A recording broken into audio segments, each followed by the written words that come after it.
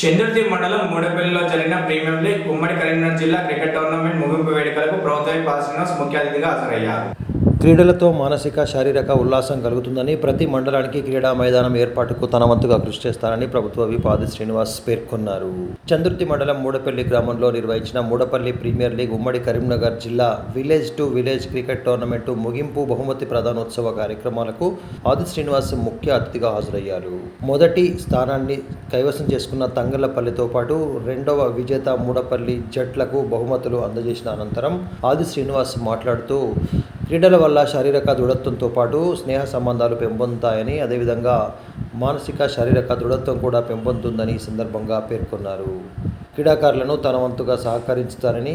ప్రతి మండలానికి స్టేడియం ఏర్పాటు కోసం ప్రభుత్వంతో మాట్లాడి నిధులను కేటాయిస్తారని సందర్భంగా పేర్కొన్నారు. రాష్ట్రంలో క్రీడా యూనివర్సిటీ ఏర్పాటు కోసం ముఖ్యమంత్రి రేవంత్ రెడ్డి కృషి చేస్తున్నారని ఈ సందర్భంగా గుర్తు చేశారు.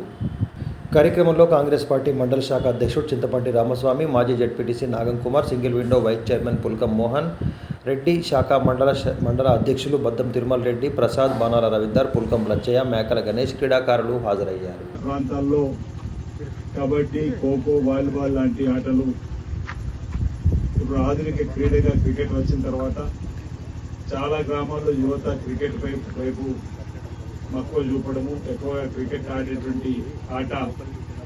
దానికి సంబంధించి క్రీడాకారులందరూ కూడా ఆయా గ్రామాల్లో, ఆయా మండల కేంద్రాల్లో, పట్టణాల్లో కూడా క్రికెట్ టోర్నమెంట్లు ఏర్పాటు చేయడం,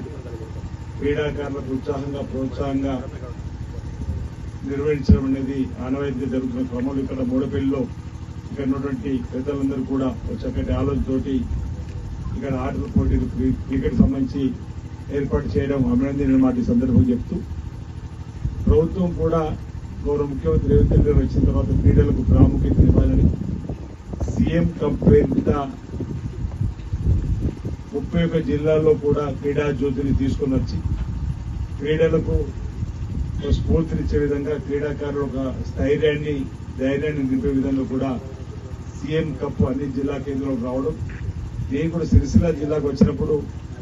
గౌరవ కలెక్టర్, గౌరవ ఎస్పీ గారితో సహా క్రీడాకారులు అందరూ కూడా అనేక మంది వచ్చిన క్రమంలో క్రీడా జ్యోతిని స్వాగతించి, అదేవిధంగా కోట్లాలో కూడా అక్కడి నుంచి చదివిన వాడిగా అక్కడికి వెళ్ళినప్పుడు 3-4 వేల మంది, నరసింహరావు గారు అక్కడ ఇన్ఛార్జ్ ఉంది, 3-4 వేల మంది క్రీడాకారులు మాకు స్టేడియం లేదని చెప్పండి, అది గత ప్రభుత్వంలో పాలకులు ఎందుకు వెళ్ళారు సిరిసిల్లలో కూడా, కాబట్టి సిరిసిల్ల వేములవాడతో కూడా కోట్లలో కూడా ఒక 5-6 ఎకరాలు ఇవ్వాలని ఇద్దరి కలెక్టర్ గారితో మాట్లాడి ఇక్కడ ఆల్రెడీ 2 ప్రాంతాలు ఇచ్చారు. అక్కడ కూడా కలెక్టర్ గారికి ఇవ్వడం వీలైతే తొందరలో అది కూడా ఒక కారిడార్ గా ఈ 3 స్టేడియాలకు సంబంధించి శివశేఖర్ రెడ్డి గారిని కూడా రమ్మనేటువంటి కార్యక్రమం చెప్పినాం. ఈ 3 స్టేడియాలు కూడా ఒకే రూపంలో ఒకేసారి నిధులు కూడా మంజూరు కావడానికి అవకాశం ఉంది.